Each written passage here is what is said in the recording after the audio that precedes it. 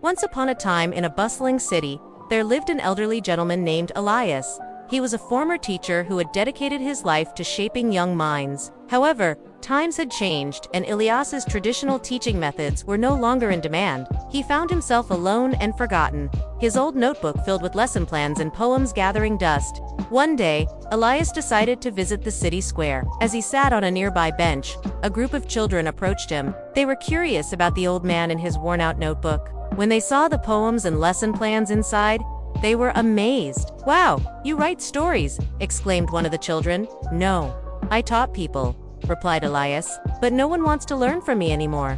The children were puzzled. They couldn't understand why someone would stop learning. To them, Elias's stories were magical, and they wanted to hear more. From that day on, Elias began teaching the children in the city square. He shared his knowledge and passion for learning with them, and they, in turn, brought him joy and purpose. Word spread about Elias's free lessons, and soon more and more people joined his little school in the park. There were mothers who wanted their children to have a good education, adults who never learned to read or write, and even other teachers who wanted to learn from Elias's experience. One day, a woman in a suit approached Elias. She introduced herself as someone working for an education nonprofit and told him that they had been watching him. "You're doing an amazing job, Elias. We would love for you to lead our community education project," she said. Elias was overwhelmed. He couldn't believe that after all this time, someone finally valued his work. From that day on, Elias's life changed.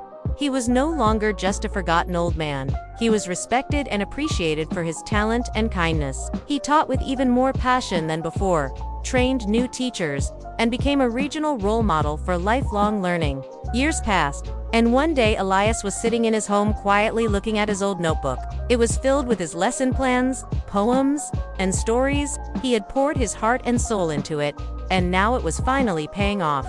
Elias smiled. He knew that no matter what age you are, it's never too late to learn and to share what you know with others. The world may forget you, but your worth will always remain.